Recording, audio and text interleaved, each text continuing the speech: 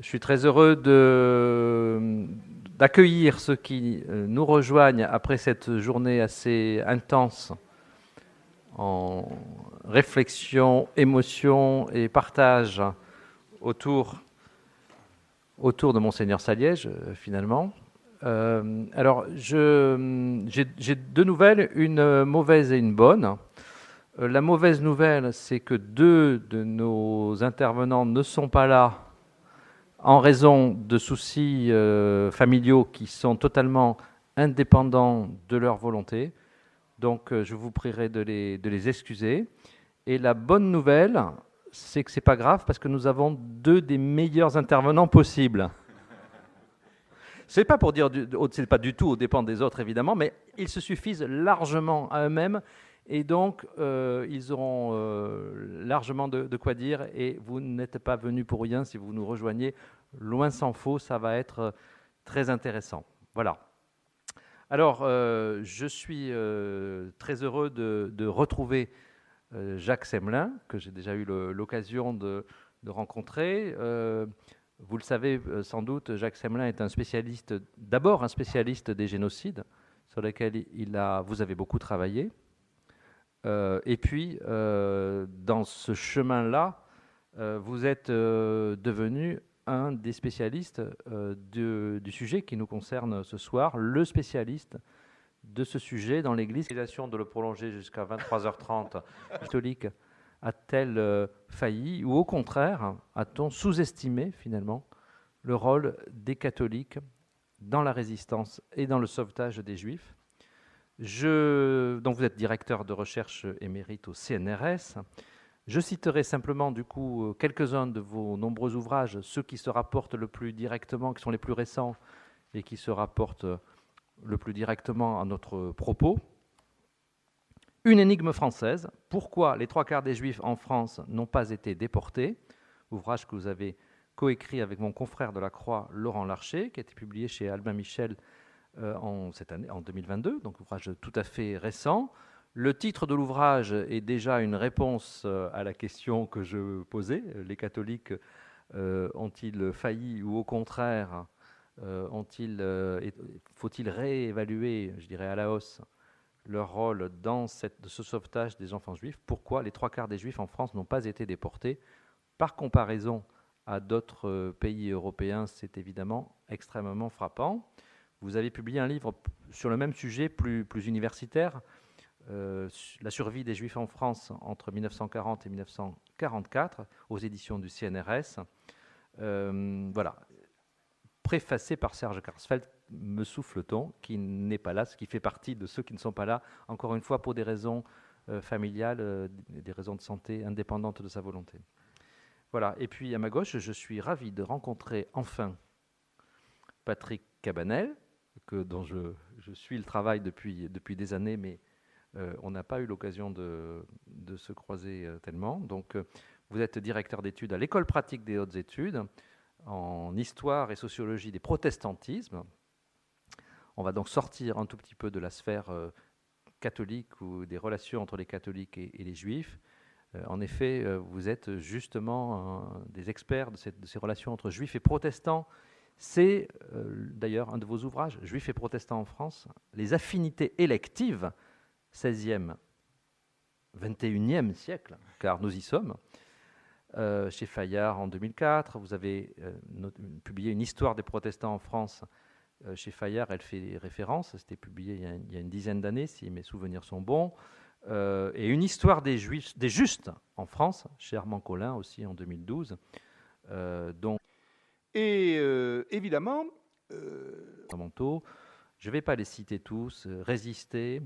Je ne résiste pas justement à ce propos de citer dans l'enceinte de cette vénérable institution un livre, une étude, un sujet peut-être un petit peu sulfureux, puisque vous avez travaillé sur Fernand Buisson, un des fondateurs de la laïcité, protestant, voilà, personnage qui n'est pas toujours apprécié dans la sphère catholique, mais vous vous êtes rattrapé en publiant également des travaux sur Monseigneur Saliège, donc vous êtes pardonné. Merci. Voilà. Merci. Je vous le montre. Hein. Ma carte d'entrée Saltolosa. Voilà. Voilà, alors je vais vous donner la parole tout de suite. Je vais commencer par Jacques Semelin. Après leurs interventions, on aura le temps d'un échange avec vous.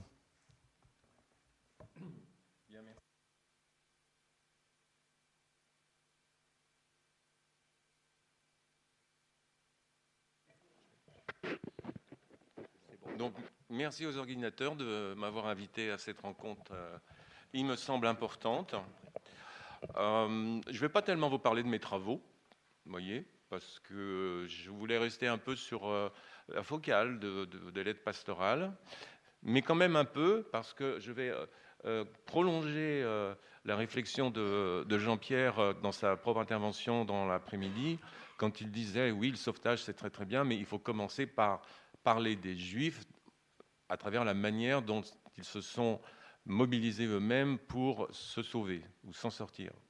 Et ça, a été vraiment la ligne de force de mon travail depuis 10 ans, quand Simone Weil, en 2008, m'a suggéré de travailler sur le fait que 75% des Juifs ont survécu en France, ce qui est raconté dans le dernier livre, Une énigme française.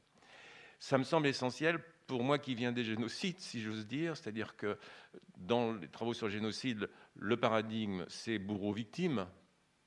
Donc les victimes, voilà, on suppose qu'elles sont passives. Mais quand vous travaillez sur la survie et le sauvetage, il faut changer ce paradigme et se poser la question de savoir comment les victimes deviennent acteurs de leur propre survie. Donc ça, c'est vraiment la ligne de force de mon travail. Alors, il faut rajouter aussi que ces victimes Et qu'est-ce qui s'est passé? Effectivement, sortir que si elles ont un environnement social qui leur est quand même assez complice. Et c'est là où il y a une comparaison qu'il faut faire tout de suite à l'international. Moi, j'ai quand même beaucoup travaillé sur l'international entre la Pologne et la France. La possibilité de survie en Pologne était bien plus faible qu'en France. Alors ça tient bien sûr à d'autres facteurs, mais cette complicité avec les Juifs mobilisant pour s'en sortir me semble à l'évidence avoir été beaucoup plus forte dans notre pays. Donc, comment l'explique-t-on? On parlera donc là des Français, comme le dirait Serge Klarsfeld dans la conclusion de Vichy à Auschwitz. 75% des Juifs ont survécu en France grâce à la solidarité des Français. Oui, les Français, ils étaient majoritairement catholiques. Donc va-t-on associer tout de suite? Bon, ça irait peut-être trop vite. Mais en tout cas, c'est une question qu'il faut se poser, qu'on ne se pose pas trop souvent, en fait. Bien que j'ai un infini respect pour mes amis protestants. Je précise tout de suite parce que c'est pour permettre qu'on ait un bon dialogue. Alors, qu'est-ce qui s'est passé dans notre pays? Eh bien, cela se joue, disons, dans l'histoire de la persécution en elle-même, par Vichy, par les nazis. On est passé d'une persécution administrative dans les 2 premières années de la guerre, de 40 à 42, à une persécution physique, de 42 à 44. Et bon, elle avait commencé, bien sûr, en 41 à Paris, on arrête des Juifs polonais, etc. Vous savez ça. Mais c'est ce tournant de l'été 42 qui est vraiment essentiel. Et c'est là qu'on va trouver la protestation, les lettres pastorales des évêques de France. Et c'est en ce sens-là que ce sujet est fondamental. Alors qu'on l'a souvent considéré un peu comme anecdotique. Enfin, non, je ne dirais pas anecdotique, mais enfin, oui, il y a quelques évêques, c'est 5, c'est pas grand-chose, etc. Et je propose de reconsidérer cette affaire. Voilà. Alors, et c'est comme ça qu'on va redécouvrir finalement le sens important de la protestation de Jules Géraud Saliège. Voilà un petit mot sur mes travaux en introduction. Mais je voudrais vous dire ce que j'ai principalement consacré mon année 2022 à faire la promotion, ou du moins à faire connaître la lettre pastorale de Saliège et de son action. Pourquoi ? Parce que je savais que cette année 2022 serait celle nécessairement, et c'était vraiment important, de la commémoration de la rafle du Veldiv, le 16 juillet 1942. Il y allait avoir des événements nationaux et on a été bien sûr dans la dénonciation de la collaboration de Vichy avec l'occupant nazi et aussi dans la déploration de ce qui s'est passé. Mais nous savons, nous, historiens, qu'il y a un autre moment 42. C'est justement ce que je commençais à appeler le tournant de l'été 42, le tournant de l'opinion, le tournant qui se concrétise par le fait que nombre de personnes sont émues, choquées, qu'on arrête des femmes, des enfants, des personnes âgées. Et cela méritait aussi une autre commémoration de l'entraide, de la solidarité, de la protestation. Et c'est à ça que j'ai voulu me consacrer. Malheureusement, je n'avais pas les moyens d'organiser un événement national. Mais il aurait été, je pense, essentiel. Et j'espère peut-être que dans notre pays, cela se produira un jour. Parce que, en faisant cela, ce qui symbolise le plus ce tournant de l'été 42, c'est bien évidemment la lettre pastorale de Gilles Géraud-Saliège, parce que c'est le premier à parler et à dénoncer ce qui se passe. Et donc, j'ai passé une partie de mon temps à faire des rencontres, le livre aidant, une énigme française, rencontrant un certain nombre de catholiques. Et là, j'ai fait une découverte. J'ai fait la découverte que les catholiques n'avaient pratiquement pas entendu parler de Saliège, de Monseigneur Saliège. Oh, une petite minorité. Mais comment se fait-il ? Mais je me suis rendu compte aussi qu'ils ne connaissaient pas, à l'opposé, écoutez, le cardinal Baudrillard, collaborationniste notoire avec les nazis à Paris, recteur de la Cato, s'il vous plaît. Rien à voir avec Bruno de Solage ici à Toulouse. Je me suis rendu compte que les catholiques ne connaissaient pas, s'ils pouvaient connaître le nom de Xavier Vallat, commissaire général aux questions juives, qui, lui, met en musique la persécution juridique des Juifs. Mais il est profondément catholique. Donc, si vous voulez, j'ai pris conscience de cette lacune chez les catholiques de la connaissance de leur propre histoire. Alors que j'ai des amis protestants, j'ai des amis juifs, je ne dirais pas que ce sont tous des férus d'histoire, mais en tout cas, ils connaissent mieux, beaucoup mieux, leur passé. Et ça m'a interrogé. Et c'est quand... Philippe, bonjour, Philippe. Et c'est quand... c'est tant mieux... Oh, formidable que vous soyez là. Voilà. Et la bonne nouvelle a été que le président de la conférence épiscopale de France, Éric de Moulin-Beaufort, décide de faire le 15 août, invite les évêques le 15 août à faire lire la lettre pastorale de Saliège dans les églises de France. Alors, cela a été des moments d'émotion, j'en ai eu des témoignages formidables, mais il y a aussi un certain nombre d'évêques qui n'ont pas relayé la demande du président de la conférence épiscopale, et j'aimerais bien comprendre pourquoi.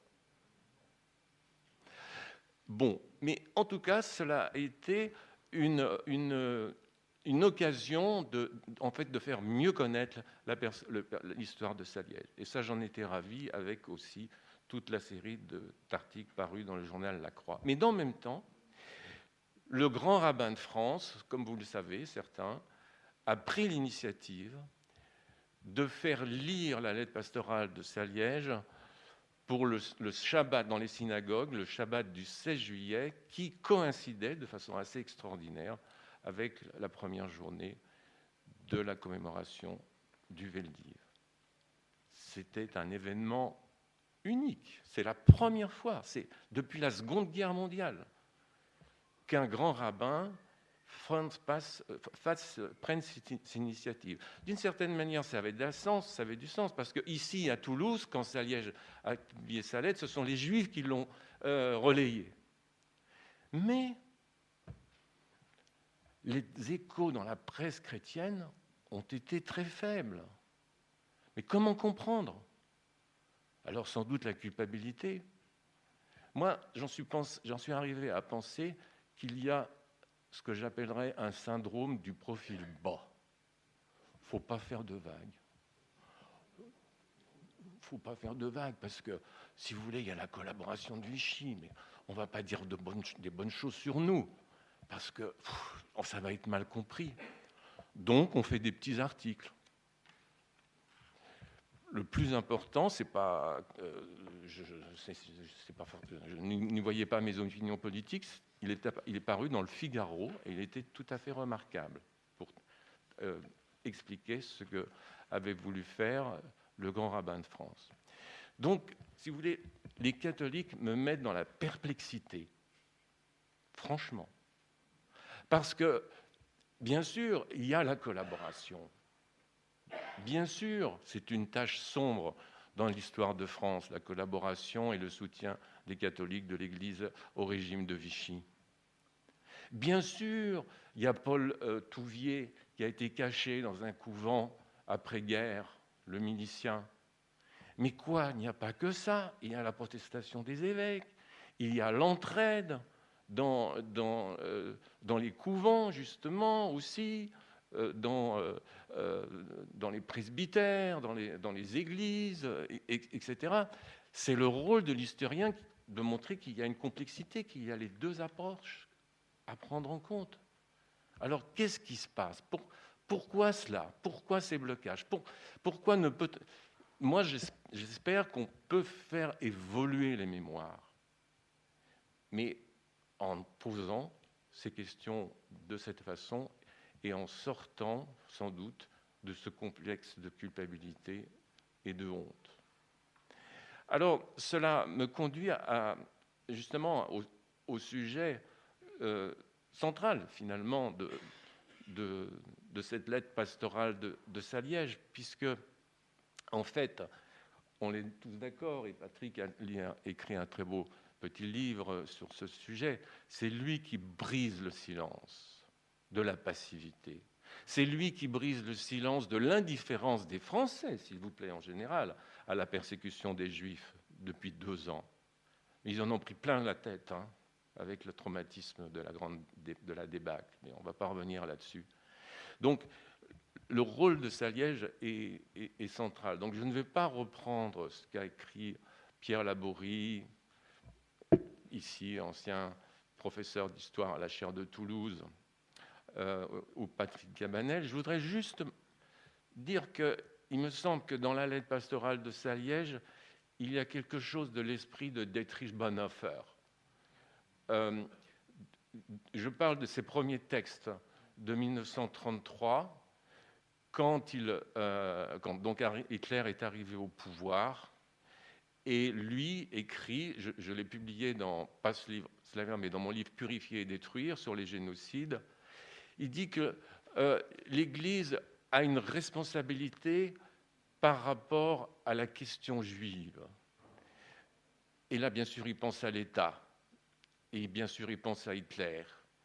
Et il dit que l'Église, dans la filiation de Luther, n'a pas à dire voilà ce que doit faire l'État d'un point de vue politique. Mais l'Église a sa responsabilité de réagir à la politique de l'État en lui disant, en l'exprimant, que c'est injuste, que c'est de la violence. Ce n'est pas les termes de Bonhoeffer, rassurez-vous, il se exprimerait beaucoup mieux que ça, mais c'est pour vous faire passer l'idée. Et il dit que l'État doit, en quelque sorte, faire respecter l'ordre. Qu'est-ce que ça veut dire, l'ordre? De la protection de tous, y compris des Juifs. Eh bien, c'est ce que fait Saliège. Et il le dit dans des mots simples, dans des mots compréhensibles par des Français du certificat d'études. Et ça touche les gens. Alors, Théas, c'est différent. Pierre-Marie Théas, il s'exprime une semaine plus tard. Il est proche de Saliège, comme vous le savez. Il a été d'ailleurs très influencé, très marqué, d'après ce que je comprends, par une conférence de Bruno de Solage au printemps 1942. Donc il y a bien sûr des connivences, des complicités entre Toulouse et Montauban, et on peut certainement parler d'une résistance spirituelle catholique dans cette région. Et j'ai le sentiment que le général de Gaulle ne s'est pas trompé en parlant de ça, en parlant de Toulouse notamment. Mais le texte de Théas est plus politique, comme je crois le disait Antoine. Il parle de la rave du Veldiv, il parle de l'antisémitisme, et lui, il se met en avant aussi comme figure spirituelle, comme figure religieuse, pour dire, en gros, il faut résister. Enfin, il dit « je ». C'est très fort. Les deux textes se complètent, me semble-t-il. Et c'est la marque de votre région. Mais, et ce serait mon message, je ne voudrais pas qu'on oublie les 3 autres lettres pastorales, ou les 3 adresses publiques, comme on pourrait presque dire en anglais. Celle du cardinal Gerlier le 6 septembre, celle de Jean Delay le 6 septembre, et celle de Joseph Moussaron le 20 septembre. Gerlier, on l'a expliqué, Antoine l'a dit, voilà, il est pris il est proche de Vichy, c'est lui qui a dit la France c'est Pétain, et Pétain c'est la France, bon, en novembre 1940, bon, d'accord. Voilà, ok. Mais on sait qu'il a eu l'histoire de Bénissieux, déjà. Et donc, Jean Delay, excusez-moi, il n'y a rien à dire. Oh, c'est pas très bon. Hein. Excusez-moi, il n'aura pas une très bonne note. Hein. Mais il a parlé quand même. Et Joseph Moussaron aussi, c'est intéressant. Bon, disons que ces 3-là, enfin il y en a au moins 2, ils parlent du problème juif. C'est-à-dire qu'ils font une sorte de concession au pouvoir. Tandis que Théas et Saliège, pas du tout. Là, ils parlent de la personne humaine. Voyez. Mais peu importe. Ils ont parlé, ces 3 autres évêques. Et c'est ça que je voudrais mettre en avant. C'est ça le moment politique. C'est ça le moment politique dans ce pays où les évêques ne parlaient pas. Après la rave du Veldiv, il y a eu une lettre qui a été envoyée à Pétain. Mais ils sont une lettre. Bon, très bien, d'accord. Et alors, bon.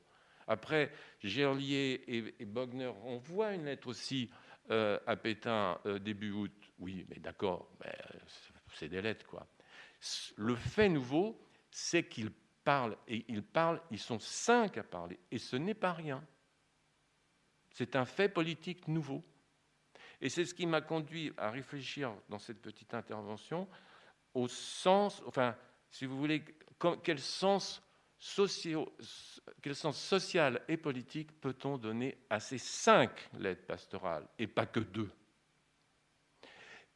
D'abord, il faut partir de la donnée sociologique fondamentale, c'est que, je ne sais pas si les chiffres sont exacts, mais près de 90% des Français sont baptisés catholiques. Ça n'a rien à voir avec aujourd'hui. Et la moitié des Français vont à la messe. Voilà. Bon.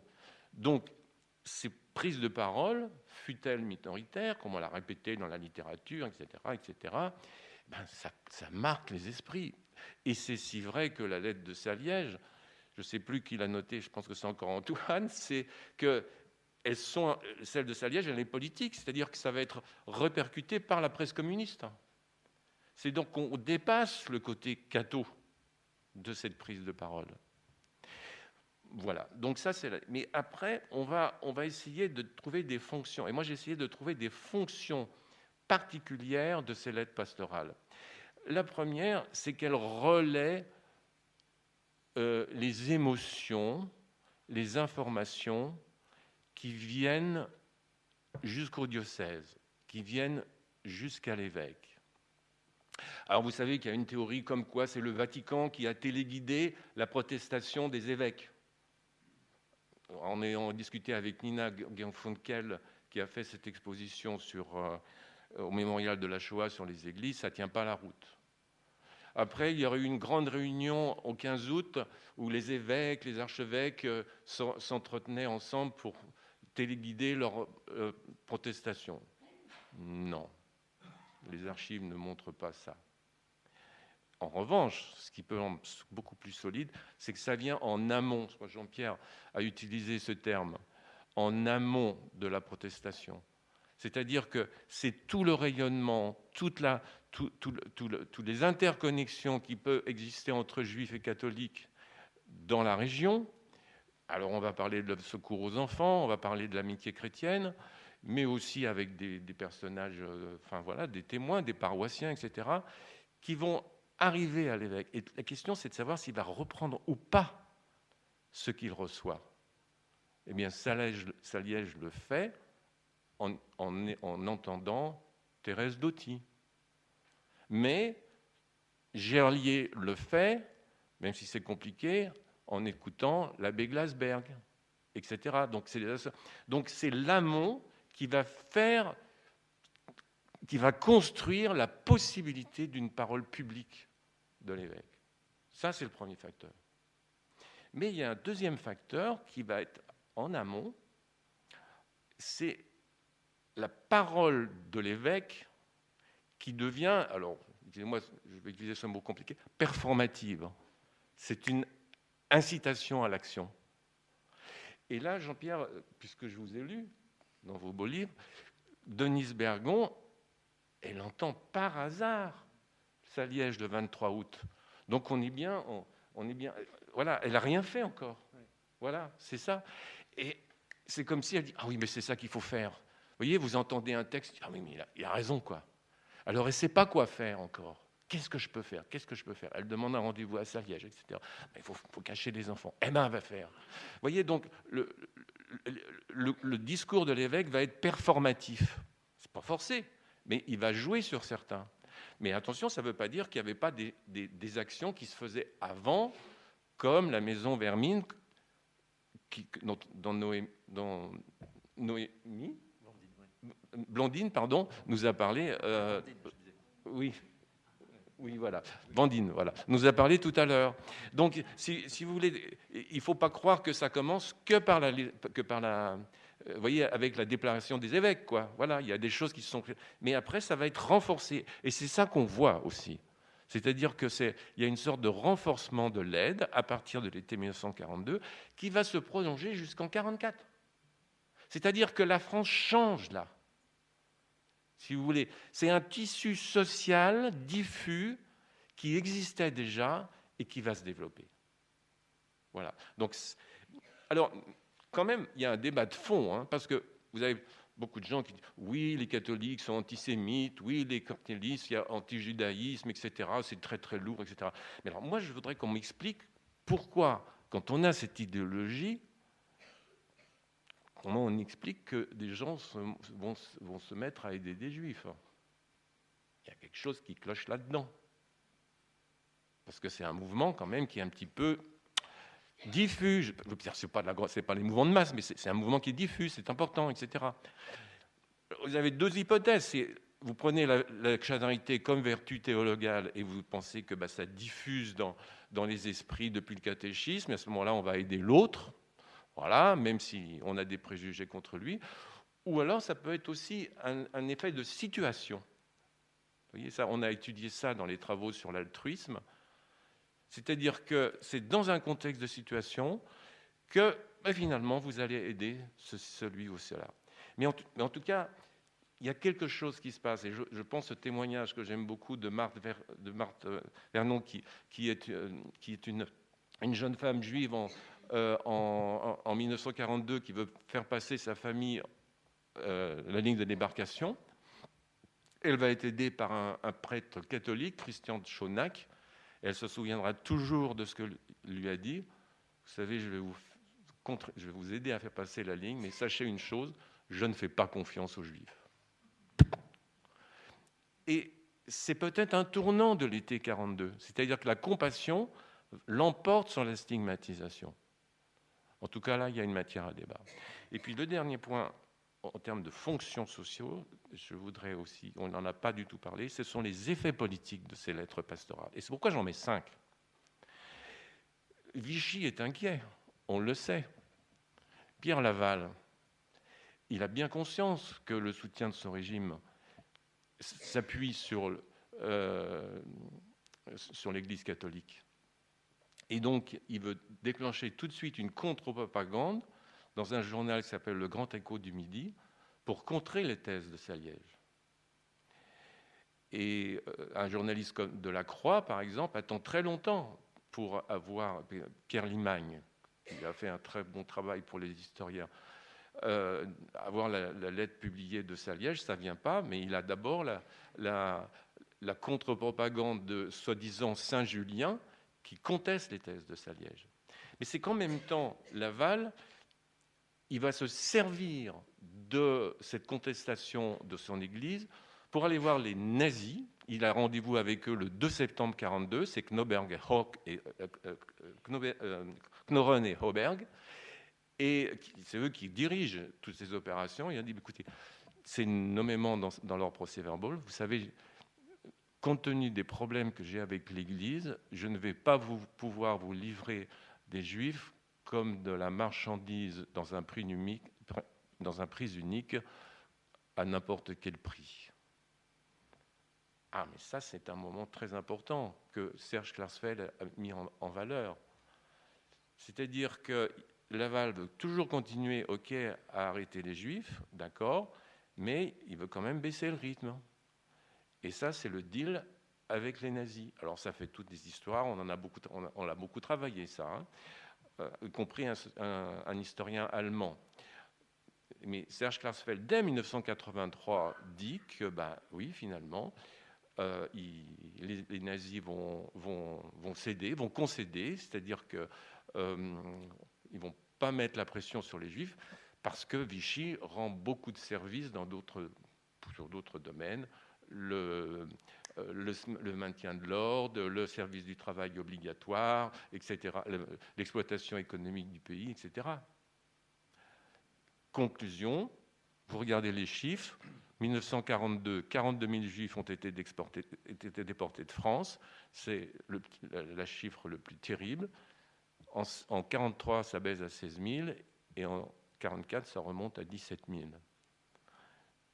Voilà ce qu'on peut dire des effets politiques de ces lettres pastorales. Et maintenant, conclusion, si j'ose dire. Quelle mémoire? Est-ce qu'on sait cela que l'Église catholique, à partir de ses protestations, a contribué à faire fléchir la déportation des Juifs en France? Les catholiques ne le savent pas, en particulier, et les Français pas davantage, ou si peu. C'est quand même une donnée essentielle. Et de ce point de vue-là, il est intéressant de prendre une autre comparaison internationale avec les Pays-Bas. Parce qu'aux Pays-Bas, à l'été 1942, vous avez aussi des protestations. Mais ils ne sont pas dans la même histoire. Les Pays-Bas, la reine, en 1940, fuit à Londres et le gouvernement. Et c'est un commissaire du Reich, Arthur Seyss-Inquart, qui se met à diriger le pays à partir des hauts fonctionnaires. Bon, ça va durer comme ça, quasiment tout le temps du pays. Or, ce qui est très intéressant pour un travail comparatif, c'est que les protestations des églises se déroulent à peu près au même moment en France et aux Pays-Bas. Parce que de toute façon, les nazis avaient décidé la déportation des Juifs d'Europe occidentale au même moment. Et vous avez des protestations extrêmement courageuses de l'Église protestante et de l'Église catholique aux Pays-Bas, mais qui n'ont pas fait fléchir Seyss-Inquart. En revanche, voilà ce qui s'est passé dans notre pays. Donc, c'est vraiment une singularité qu'il faut faire ressortir de notre pays. Alors, quelle mémoire? Nous avons maintenant la déclaration de repentance d'évêque de Drancy en 1997. Elle n'en tient absolument pas compte. Certes, on signale des gestes d'entraide de la population, mais relisez le texte. Ce qui est mis en avant, c'est un acte d'auto-accusation de l'Église pour son silence et sa collaboration avec Vichy. Or, la presse chrétienne, encore aujourd'hui, développe cette thèse, alors que ce n'est qu'une trentaine d'évêques qui ont écrit ce texte.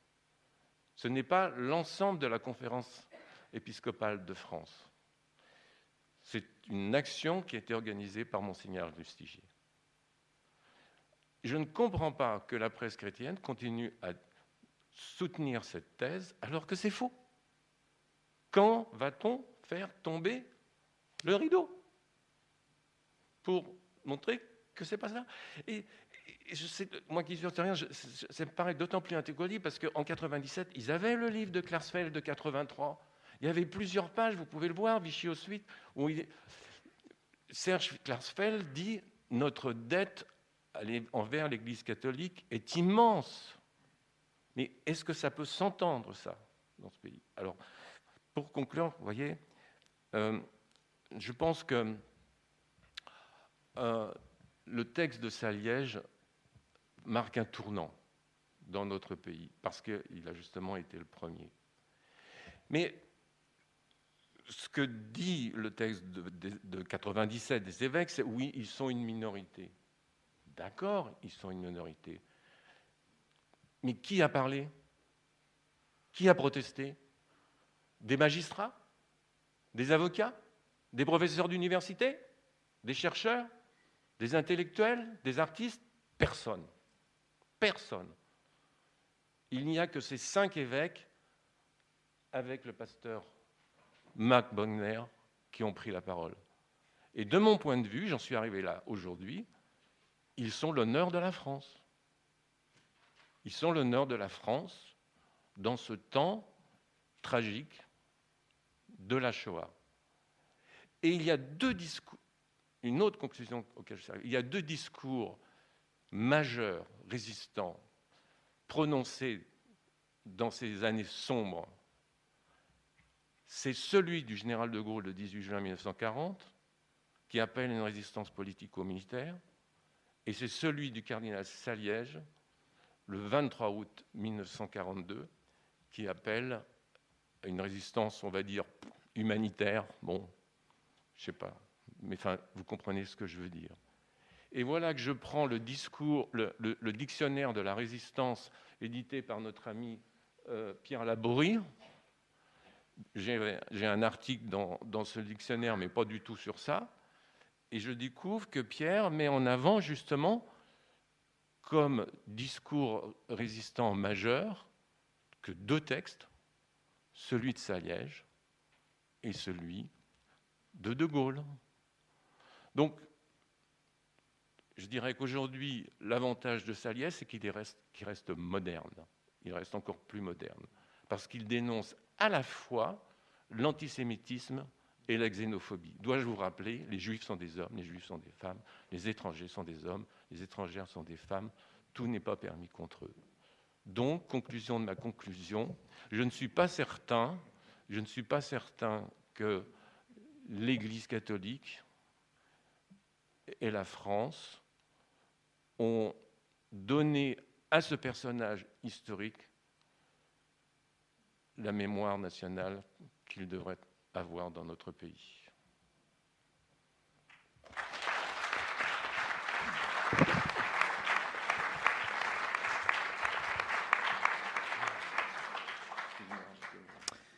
Merci beaucoup, Jacques, pour cette intervention extrêmement forte. Je pense que nous l'avons tous ressenti comme telle. je m'apprêtais à me demander si je devais oser vous poser la question, l'Église catholique a-t-elle eu tort de faire repentance? Il se trouve que j'ai eu ma réponse sans poser la question, donc j'en suis très heureux parce que c'est la réponse que j'espérais, que je devais présenter un peu en connaissant votre engagement. Je pense qu'il n'y a que vous, d'une certaine façon, comme historien, respecté pour ses travaux d'historien, qui pouvait soutenir ça sans être accusé d'idéologie, de refaire l'histoire, etc. Et donc c'est très important ce que vous dites, et j'aimerais beaucoup que ce soit entendu. Moi, je vous avouerai que j'étais mal à l'aise à l'époque de la repentance pour les raisons que vous avez soulignées. J'ai une petite question. Quand vous avez parlé de ce blocage très fort, choquant, je crois qu'on peut le dire, est-ce qu'il est propre à l'Église catholique ou est-ce que l'Église catholique, elle est comme le reste de la société française par rapport à cette histoire? Vous avez évoqué les Pays-Bas, les 3/4 des Juifs français ont été déportés, ont été sauvés, la plupart des Juifs néerlandais, les 3/4 ont été déportés. J'en sais quelque chose puisque c'est aussi l'histoire de ma famille. Donc je vois bien les deux dimensions. Est-ce que il y a une névrose de la société française? Est-ce que pourquoi on n'arrive pas à exprimer ce que vous dites? Est-ce que c'est propre à l'Église? C'est sans doute propre à l'Église, mais c'est aussi propre à la mémoire, à l'évolution de notre mémoire. Et j'espère que cela va évoluer. Il y a juste une phrase que j'ai pas, parce qu'il y a des fois, vous savez, j'y vois pas beaucoup, moi, j'y vois plus, hein, donc j'ai appris mon texte par cœur. Hein. Mais il y en a une que j'ai mal récitée. C'est quand je parle de plus personne n'a parlé sauf les évêques. Je dis que l'on soit croyant ou non, ils sont je mets bien sûr le pasteur Bonheur dedans. Ils sont l'honneur de la France. Donc c'est une manière de dire, bah oui, c'est les catholiques qui pouvaient parler à ce moment-là, mais en fait, ça nous concerne tous. Donc pour moi, ma réponse, elle est vraiment certainement pas totalement satisfaisante, mais c'est une évolution peut-être générale de notre société qui inclut en premier lieu les catholiques, mais alors ça dépend quand même des catholiques s'ils veulent ou non défendre, promouvoir une autre vision de l'histoire qu'on leur a racontée ou qu'ils se racontent à eux-mêmes, quand on pense au livre précédent de Jacques Duquesne, par exemple, pour ceux qui l'ont connu. Tout à fait. Voilà, merci encore. Je suis un très mauvais animateur de table ronde parce que j'ai manqué à tous mes devoirs. J'aurais dû normalement vous couper la parole parce que vous avez dépassé votre temps de parole, mais vous pouvez pas. Je me sentais pas l'autorisation de le faire parce que je crois que ce que vous disiez était extrêmement important. Mais je vais. Et d'autre part, je suis par ailleurs un très mauvais journaliste parce que je suis très mal informé puisque on m'avait dit que Philippe Fourreau ne serait pas parmi nous. Et je suis très heureux. Je crois qu'on peut l'applaudir. Voilà, merci beaucoup. Voilà, je suis très heureux que vous ayez finalement, in extremis, nous sommes très reconnaissants d'avoir pu nous rejoindre. Vous êtes pour l'instant un peu installé en bout de table, mais quand on va vous passer la parole, on va vous laisser vous installer plus confortablement. Merci beaucoup. Sans tarder, je vous passe la parole. Voilà, on va parler du protestantisme. Et Patrick Cabanel, donc à vous. Merci. Pardon. J'avais dit aux organisateurs que même s'il y avait un seul orateur, il pouvait tenir la tribune sans problème. Et Jacques, bon, ok. Comme c'est une table ronde, je vais réagir, je vais dialoguer avec toi, Jacques. Hein, c'est une table ronde. Oui. Voilà. Mais auparavant, quelques mots d'abord, m'excuser auprès de vous. J'arrive de Lozère, mais la Lozère ici, ça a du poids. Je suis du pays du père Buffière. J'espère qu'il y a encore des gens qui se souviennent du père Buffière, n'est-ce pas? Voilà. Donc, qui était un ami d'ailleurs. Et je présente mes excuses aux orateurs précédents. Je ne suis pas venu assister au colloque. J'étais sur la route. Pardon aussi à mes doctorantes passées ou présentes. Hein. Noémie, c'est bien ça le prénom? Ok. Voilà. Ok. pardonnez-moi, dire mon bonheur d'être à côté de Jacques, de Philippe, des amis, et puis de Jean-Pierre Denis, dont j'avais beaucoup aimé Nos enfants de la guerre. Voilà. Y compris sur ce que... ça n'a rien à voir, mais là, c'est une histoire catholique. Ces deux religieuses-là, Denise Bergon et l'autre, l'une d'entre elles, alors qu'elles sont de l'Aveyron, terre de prêtres, terre de vocation, et le père ou l'oncle de l'une, qui doit être prêtre, lui dit « Tu veux devenir religieuse? Tu sais que tu n'auras pas d'enfant. » Et moi qui fais ma thèse sur les vocations religieuses, le recrutement de vocations, je trouvais ça très beau. Et puis la réponse, c'est les enfants qu'on n'a pas eus parce qu'on a épousé le Christ, c'est nos enfants de la guerre, c'est donc votre mère et votre tante, etc. etc. Voilà. En hommage aussi à Pierre Labourie, ça a été fait. Et rappelez peut-être que j'avais eu l'honneur, c'est comme ça, d'inaugurer cette salle, Tolosa, donc il y a un certain nombre d'années.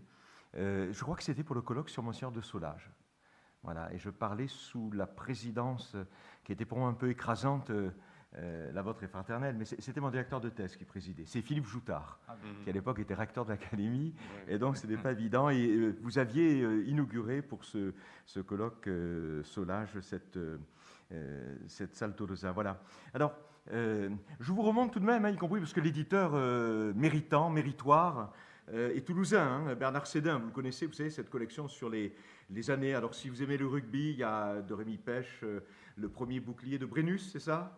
Je ne connais pas le vocabulaire du rugby, mais alors pas du tout. Hein, la seule fois où j'ai appris le rugby, m'ont dit les collègues, c'était à la fac du Mirail, dans des mêlées avec des étudiants bloqueurs. J'ai apprécié le côté... confraternel de la mêlée. Voilà, un petit livre sur Monsieur Saliège, dans lequel, effectivement, tu as repris, Jacques, j'avais pris la liberté de dire, j'écris une histoire du certificat d'études, jadis, de dire que la force de Saliège, c'est que, pardon, s'il y a un évêque devant moi, Saliège n'écrit pas, ne parle pas comme un évêque, surtout à l'époque, le fait. Donc, c'est des phrases très courtes, vraiment rédacte du certificat d'études. Est-ce que je peux rappeler aussi que Saliège, à l'époque, n'est pas encore que, il n'est pas tout à fait dans certains... C'est pas la France des châteaux, c'est la France des coqs de village, vous voyez, des domaines... Bon, c'est un cantalien, hein, et c'est pas rien. Alors, c'est pas un fils d'ouvrier agricole, hein, c'est un fils de propriétaire aisé. Il avait un oncle qui était supérieur des Lazaristes, du collège des Lazaristes d'Antoura au Liban. Mais voilà, c'est un paysan et il parle la langue de la République, la langue du certificat d'études. Et je crois que c'est la force de ce texte qui a été lu donc, au mois d'août 1942. Donc, je renonce à ce que j'avais prévu, ça ira peut-être plus vite. Je dialogue avec toi, Jacques, y compris sur ces questions. Alors, pas sur protestants et catholiques. Hein. Jacques, vous avez vu, hein, il était venu ici pour saluer les 5 évêques, mais il y a toujours ce petit clin d'œil pour Marc Bugner. Bugner qui est le... C'est pas justement, Bugner a raté. Il a raté la chance de sa vie. Il aurait pu être le Saliège protestant, et il n'a été que le Gerlier protestant. Et ils étaient, vous savez, ils étaient vraiment, je l'ai dit dans d'autres conférences, ils étaient un alter ego auprès du maréchal Pétain. C'est-à-dire que le coup de génie de Bugner, c'est d'avoir fait croire et d'avoir cru lui-même que, représentant de 2% des Français, il pesait le même poids auprès du maréchal que le cardinal Gerlier, qui en représentait 98%. Et il a joué le même jeu que Gerlier. Il a parlé, je crois que c'est le même jour. Hein. Gerlier, c'est le 6 septembre, Jacques ? 6 septembre. Bon, et Bugner, je ne dirais un mot, c'est aussi dans un autre contexte, une autre géographie, c'est aussi le 6 septembre. Oui. Il aurait pu être Saliège, il n'a pas été Saliège. Mais je remercie la note de bas de page que Jacques ajoute toujours, Marc Bugner, comme si j'étais là pour défendre Marc Bugner, alors que le public protestant m'accuse de vouloir démolir la statue de Marc Bugner, parce que, oui, j'ai vraiment des problèmes avec l'establishment protestant, parce que Bugner, il a pratiqué, tu as parlé, Jacques, je vais dialoguer sans cesse avec Jacques, hein, tu as dit avec presque un peu de condescendance, et non mais justifié, mais pas pour Bugner, pour ceux qui écrivent des lettres privées. Elles peuvent être très fortes, mais elles n'ont pas d'écho, elles ne sont pas des gestes, elles ne sont pas des actes. Tu as parlé d'actes, de paroles performatives. Voilà. Et le génie de Bugner, comme celui de Gerlier, c'était on ne fait pas de coups d'éclat, ce n'est pas la culture. Hein. Je l'ai souvent dit, Bugner était fils de préfet. Donc, pardon, il n'est pas dans le coup d'éclat. Et quelqu'un qui n'aimait pas, mais non, quelqu'un qui n'aimait pas, je crois que c'est le pasteur Trocmé. Est-ce que vous connaissez, on va voir les questions, est-ce que vous connaissez le pasteur Trocmé dans la salle? Vous savez que lorsque Jacques Chirac a salué deux justes en France, il n'a donné que deux noms, Saliège, Trocmé. Voilà. Saliège et le Chambon-sur-Lignon. Et je crois que c'est Trocmé qui détestait Bugner. Trocmé, c'est un pasteur de gauche, si vous voulez, ultra-pacifiste. Bon, c'est l'homme qui a fait la résistance sans armes au Chambon-sur-Lignon. Je l'ai souvent cité, mais c'est bon comme définition. Il disait Bugner aurait pu être un prophète. Il ne fut qu'un préfet. Voyez, et quand vous avez la culture de l'Ancien Testament, et les protestants sont, vous le savez, les protestants ne lisent que l'Ancien Testament dans les Bibles. Hein. Ils ne lisent pas le Nouveau Testament, vous ne le saviez pas, Monseigneur. Non, j'exagère un peu. Ils lisent aussi les Évangiles. Et les Camisards lisaient l'Apocalypse. Hein. Les Camisards, ils étaient passés d'Ésaïe à l'Apocalypse, en oubliant les Évangiles et les Épîtres. Voilà. Et donc, je ne vais pas défendre Bugner, parce qu'il était dans l'idée d'une diplomatie de couloir, de l'hôtel du Parc.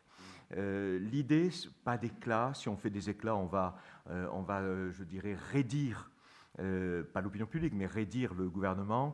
Et il y a peut-être chez Bugner, même si c'est un Alsacien d'origine et pas un réformé de la France de l'intérieur, il y a peut-être cette idée, je suis à la tête d'une minorité, et si je parle trop fort, le pouvoir risque de se retourner contre la minorité. Moi, ça me paraît étonnant aujourd'hui que les protestants aient pu, en 1940-42, redouter, pardon de le dire, le cléricalisme affiché du régime de Vichy. Or, Pierre Laborie avait trouvé, avec François Boulet, un de ses jeunes collègues, il avait trouvé en Ardèche et dans le Gard ce qu'ils avaient appelé des paniques anticléricales protestantes. En particulier, le 15 août 1942, au Puy-en-Velay, certains Lozériens étaient partis pour monter à genoux les marches vous voyez, vers Notre-Dame de France. Il y avait une sorte de catholicisme très affiché par le régime.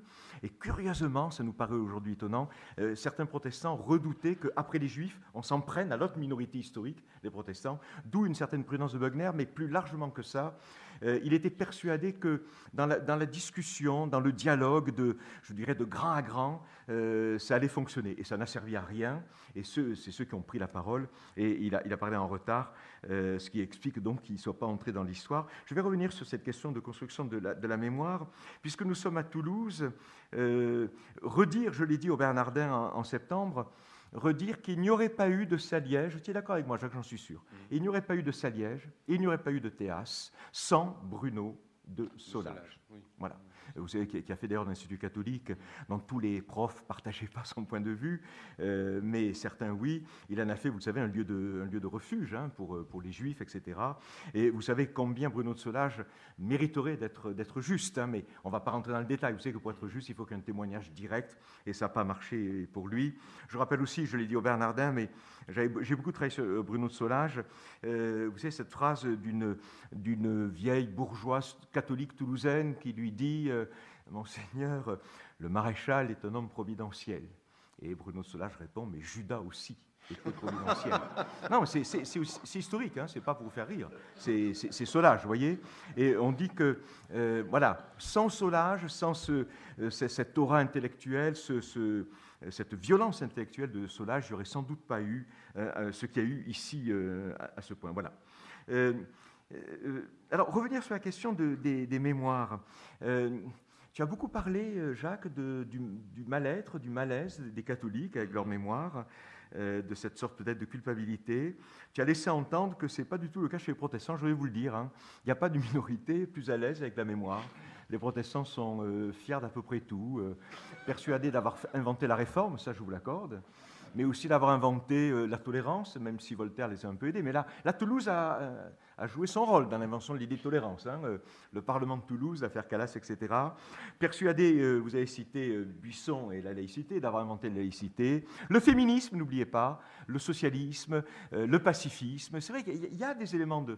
Et donc il y a une sorte d'aisance, de bien-être de cette minorité qui croit qu'elle a toujours été dans le sens de l'histoire. Et je pense que vous connaissez tous dans le Chambon-sur-Lignon que j'ai cité, voilà, il y a une sorte de, je dirais, de certitude du côté protestant. Alors, elle peut se quantifier, Jacques. C'est un chiffre que j'aime beaucoup citer. Il y avait à l'époque dans la France, avec l'Alsace annexée de fait, comme on dit, il y avait 1,6% de protestants en France, et les justes, ça vaut ce que ça vaut. Les justes sont entre 10 et 11% à être protestants. Donc vous voyez qu'il n'y a pas qu'un effet, je dirais, de bien-être avec la mémoire, il y a aussi une réalité quantitative de ce que vous avez appelé, en me citant, là, des affinités électives. Hein, il y a vraiment un point commun. Voilà. La question de Saliège, de Bugner, elle renvoie à un très joli texte de Pierre Laborie dont je voulais dire un mot. C'est de l'usage politique en particulier, du silence ou de la rupture du silence. Voilà. Et Pierre, je vous le signale, dans un livre délicieux, pas le plus connu des livres de Pierre Laborie, dans une collection initiée à l'Université du Mirail, la collection Les mots d'eux, il avait fait un livre, Les mots de 39-45. Il y a une entrée silence. Voilà. Et il rappelle qu'en 1940, garder le silence, c'est Vercors, le silence de la mer, et c'est un geste de résistance. Par contre, garder le silence à l'été 42, c'est un geste de lâcheté ou de compromission ou de détourner des yeux. Tu as cité Bonhoeffer. Alors je ne sais jamais si c'est, une fois de plus, je ne le sais pas en public, si c'est Niemöller ou Bonhoeffer. Vous savez que cette phrase extraordinaire, ils sont venus arrêter les communistes, je ne l'étais pas, j'ai rien dit, ils sont venus arrêter les homosexuels, les juifs, et quand ils sont venus m'arrêter, il n'y avait plus personne pour protester. Et c'est la question donc de la prise de silence, de la prise de parole ou du silence. Et moi je suis en désaccord avec toi, Jacques, c'est pour faire un peu de débat, table ronde. Moi je trouve que, non, je ne crois pas que Saliège soit oublié, je suis frappé. J'avais été dans un jury de thèse sur pourquoi Jean Moulin est-il devenu l'icône de la résistance. Et, pardon monsieur, ils avaient le thésard, qui maintenant doit être maire d'une petite ville à côté, Ganges, je crois, à côté de Montpellier, avait montré que ça renvoie un peu à la culpabilité globale. La préfectorale avait mis en lumière Jean Moulin, qui est un des leurs, y compris parce que c'était aussi peut-être passer un peu plus vite sur le fait qu'il y a eu des préfets qui ont appliqué les ordres du gouvernement jusqu'au bout. Hein, et donc, il y avait ce qu'on appelle la concurrence des victimes, c'est un mauvais titre, mais il y a la concurrence des héros, des icônes. Et c'est Jean Moulin qui a gagné le pari de la résistance au sens politique classique. Ça aurait pu être Pierre Brossolette, ça aurait pu être quelques autres noms, vous voyez. Ça aurait pu être Bertie Albrecht. Pourquoi pas une femme ? Ça a été Jean Moulin. Et là, dans les prises de parole, moi je trouve que Saliège, alors c'est pas parce que j'écris un livre dessus, c'est pas parce qu'on est ici à Toulouse, mais il me semble que, je vous le disais, Jacques Chirac l'a cité, il me semble que Saliège occupe vraiment une place, oui, tout à fait héroïque, iconique. J'avais je ne sais pas si j'ai repris dans ce petit livre, écrit que je suis tout à fait d'accord avec toi sur le parallèle discours du général le 18 juin et lettres de Saliège. Dans 4 ou 5 siècles, hein, alors on ne pourra pas le vérifier, mais je prends le pari que dans 4 ou 5 siècles, j'ai pris le pari qu'on se souviendrait de « les Juifs sont des hommes, les Juifs sont des femmes », de la même manière qu'on se souvient, vous savez, j'avais appris ça, « Père, gardez-vous à gauche », vous vous souvenez ? Les médiévistes, « Père, gardez-vous à droite », voilà. Ou le ruban blanc, etc. Une phrase qui est entrée dans l'histoire. Alors que l'erreur qu'ont commise Jarlier et Bugner, c'est d'écrire des lettres qui sont magnifiques. Jacques, au Bernardin en septembre, tu as lu, après d'ailleurs Serge Klarsfeld, vous avez lu l'un et l'autre 2 extraits de la lettre que le 20 août, dont on est au cœur de l'événement, que le 20 août, Bugner écrit au maréchal Pétain, lettres magnifiques, des formules aussi belles que celles de Saliège, mais personne ne les a entendues, ne les a lues. Hein.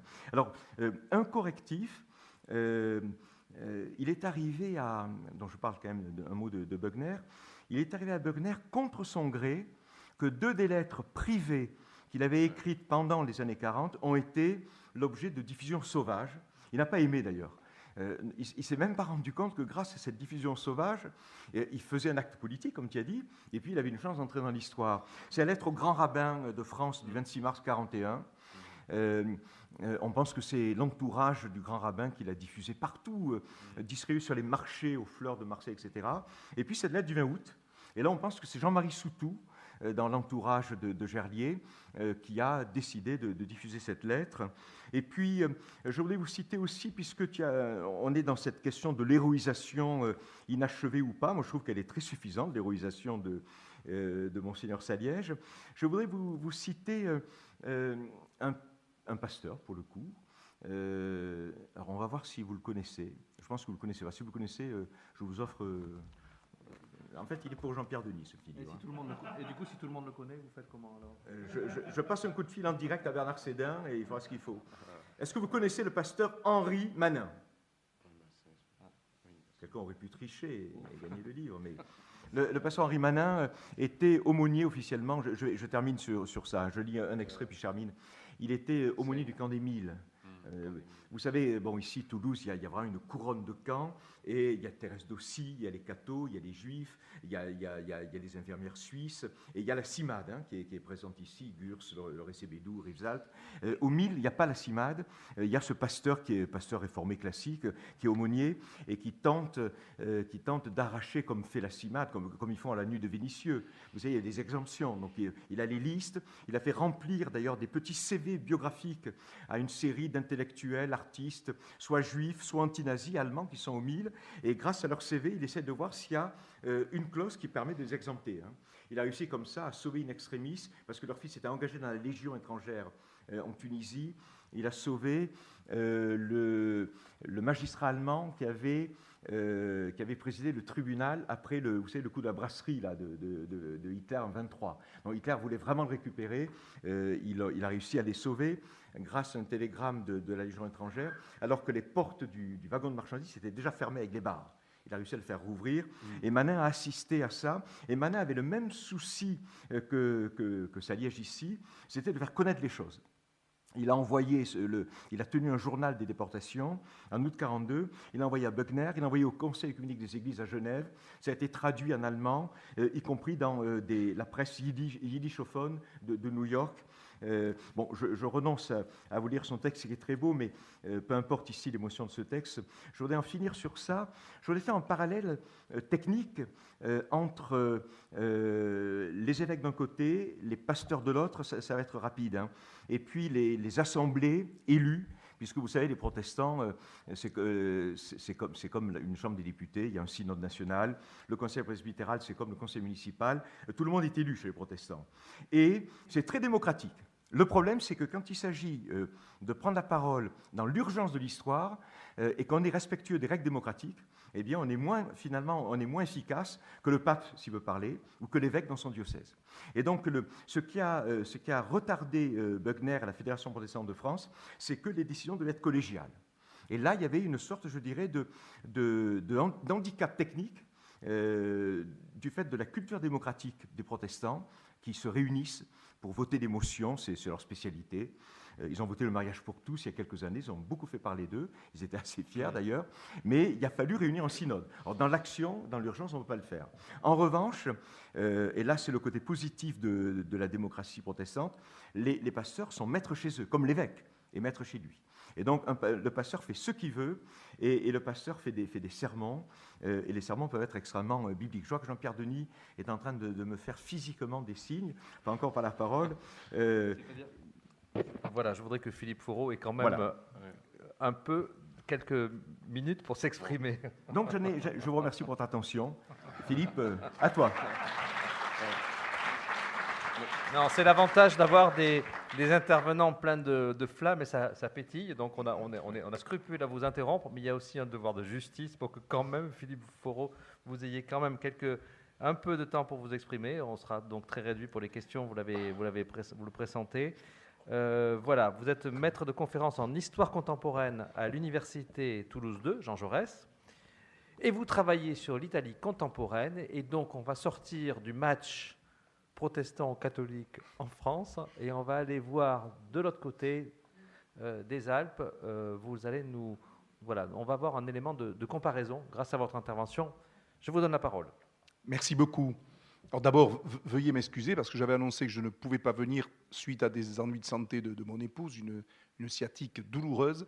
Mais une de mes filles est venue pour... Enfin bref, on a réussi à s'organiser. Mais si j'avais su, j'aurais pu ne pas venir parce que finalement, le temps de parole est des deux historiens. Voilà. Alors je suis heureux aussi quand même de pouvoir venir. D'abord, je rencontre M. Semelin et puis je revois Jean-Pierre Denis, on s'est croisés quelques fois. Et grand plaisir de voir Patrick. On a travaillé, réfléchi ensemble à l'université qui n'était pas encore Jean Jaurès, et je le salue très fraternellement. Alors effectivement, ce que je vous propose, c'est de réfléchir sur la situation des Juifs italiens à la même période, ou plutôt en amont, puis durant la Seconde Guerre mondiale. Parce que à la différence des Juifs français, qui ne sont pas persécutés avant la guerre par l'État, en Italie, la persécution commence avant même le déclenchement des hostilités. Alors, je ne vais pas faire la genèse, je dirais, de l'antisémitisme que le régime fasciste a adopté. Ce serait très long, complexe, débattu. Mais enfin, constatons qu'en 1938, le régime, dans une espèce de radicalisation pour accélérer la révolution fasciste, adopte des prises de position raciales. Premier avertissement, 14 juillet 1938, dans Il Giornale d'Italia, vous avez la publication d'un manifeste de la race, publié par une série d'intellectuels proches du régime, souvent d'ailleurs assez ultra dans leur prise de position, et qui défendent l'idée qu'il y a une race italienne, aryenne, pure, dont les Juifs, auxquels les Juifs n'appartiennent pas. Alors, quand on connaît l'histoire de l'Italie et que l'on sait tous les peuples qui lui sont passés dessus, l'idée de pureté est déjà étonnante. Mais le mois suivant, août 1938, publication du premier numéro d'une revue, La Difesa della Razza, la défense de la race. Tout est dit. Et cette revue, qui va durer jusqu'à la fin du régime, défend des thèses éminemment raciales. Des fois avec des articles qui se veulent très scientifiques, très historiques, essayant d'expliquer, par exemple, pourquoi le poète Horace est lui-même peut être considéré finalement comme quelqu'un qui se méfie des Juifs. Comment se fait-il que l'Empire romain ait eu régulièrement des révoltes juives parce que les Juifs sont inassimilables, y compris à l'époque de l'Empire romain. Donc vous avez cette revue qui en fait est peu diffusée. De toute manière, elle n'arrive même pas effectivement à être vendue dans sa totalité du tirage, donc c'est souvent racheté par les partis fascistes dans les provinces.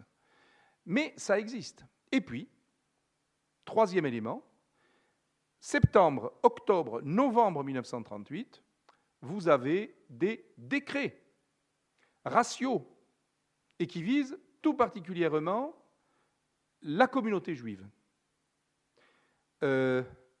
Interdiction de mariage mixte, parce que, excusez-moi le mot, vous polluez la race. Une jeune Italienne qui épouserait un juif peut donner des enfants qui seraient donc pollués par le père juif. Quotas dans les universités.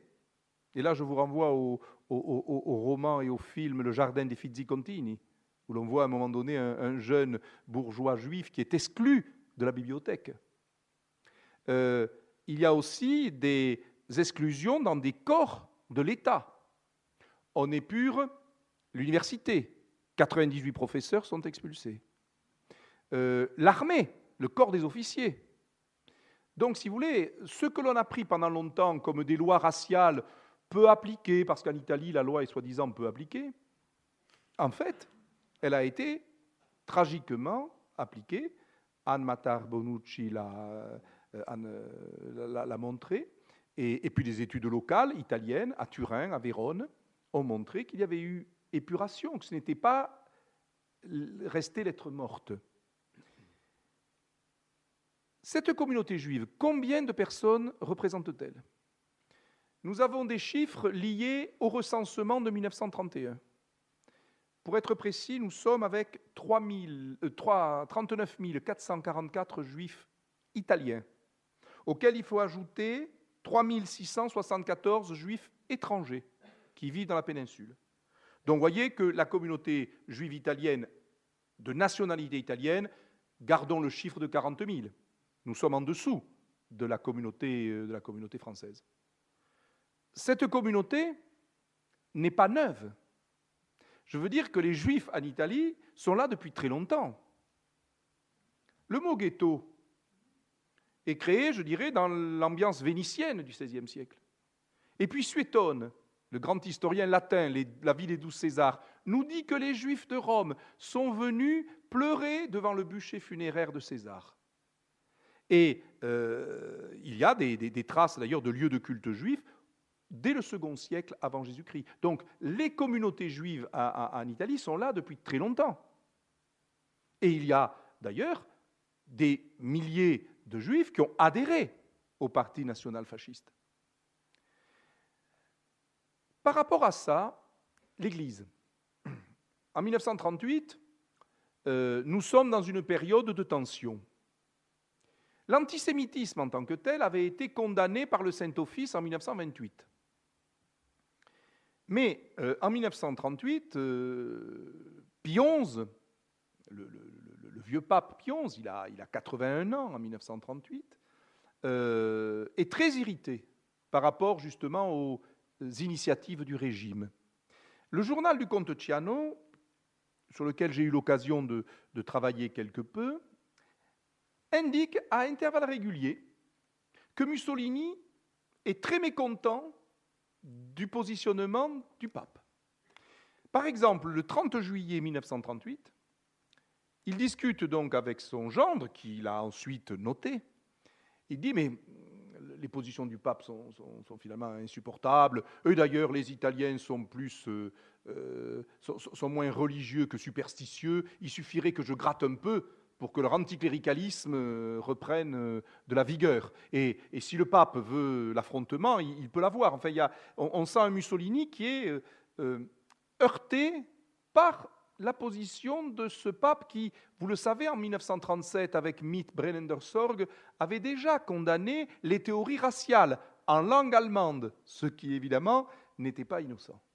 Et le 6 septembre 1938, recevant des pèlerins belges, le pape a cette formule, mais qui est évidemment riche de sens, nous sommes tous, parlant des chrétiens, spirituellement des sémites.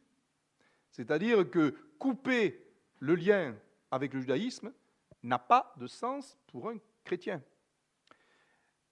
Donc, il y a effectivement, de la part du magistère, pas de l'épiscopat, il n'y a pas de lettre épiscopale, à ma connaissance, mais je crois ne pas me tromper, contre les lois raciales. Bon. Et même Ciano dit, de toute manière, le pape soutient les juifs, mais le nonce est antisémite. Bon. Il l'indique dans son journal. Arrive la guerre.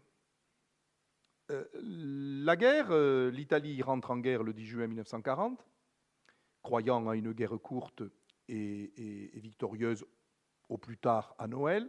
Vous connaissez la suite.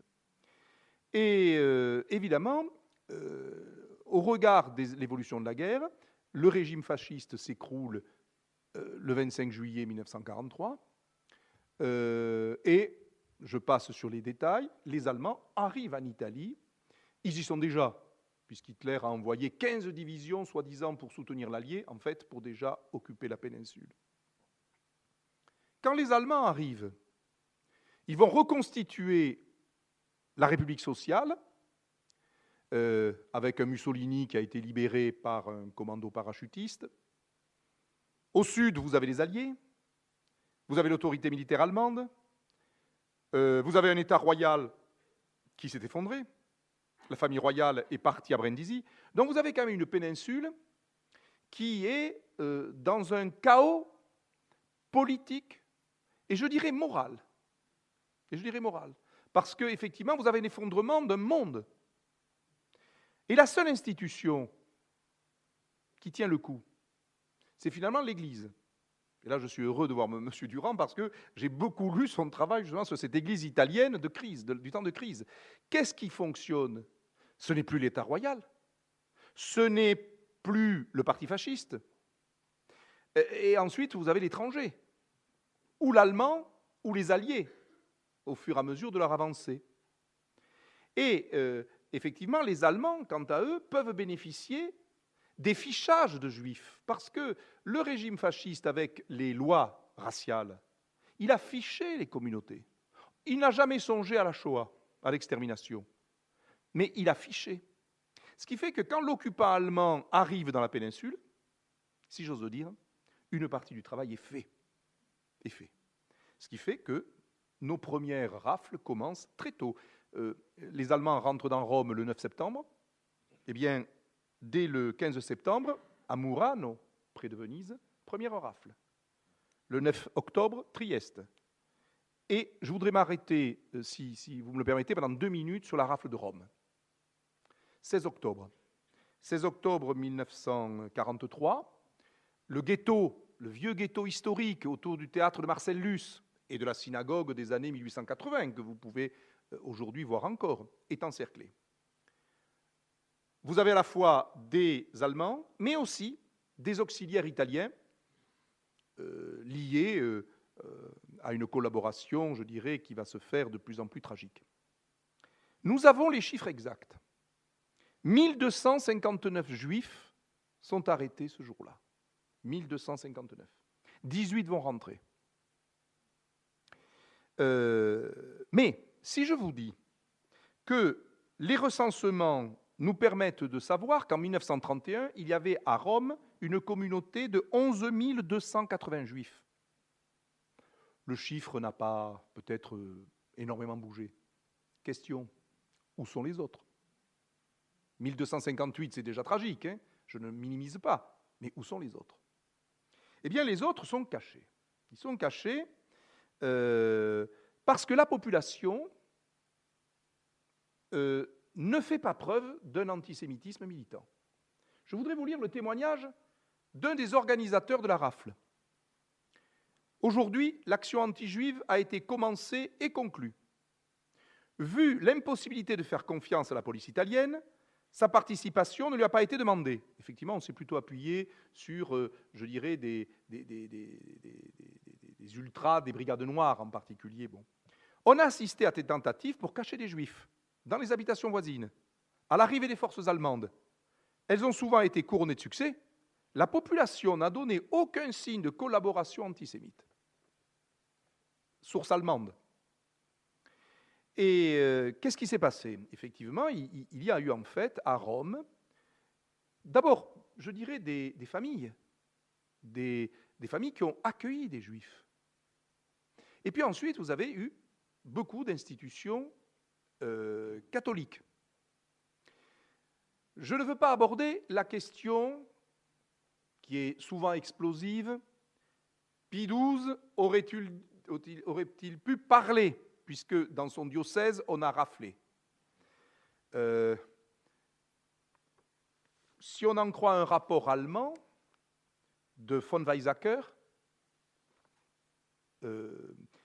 ambassadeur du Reich à Rome auprès du Saint-Siège, un rapport du 28 octobre, il dit d'abord que Pie XI, son problème, c'est qu'il était beaucoup plus émotif que Pie XII. Je ne sais pas si le mot émotif est d'ailleurs le bon mot, parce que ce n'est pas une question d'émotivité peut-être entre Pie XI et Pie XII, mais bon. Et il écrivait il écrit ceci, « Le pape, bien que pressé de divers côtés, ne s'est laissé amener à élever aucune protestation contre la déportation des Juifs de Rome. Bien qu'il doive prévoir que son attitude sera retenue contre lui par nos adversaires et par les milieux protestants des pays anglo-saxons à des fins de propagande. Il a aussi tout fait dans cette affaire épineuse pour ne pas grever les relations entre le gouvernement allemand et les services allemands à Rome. » Bon.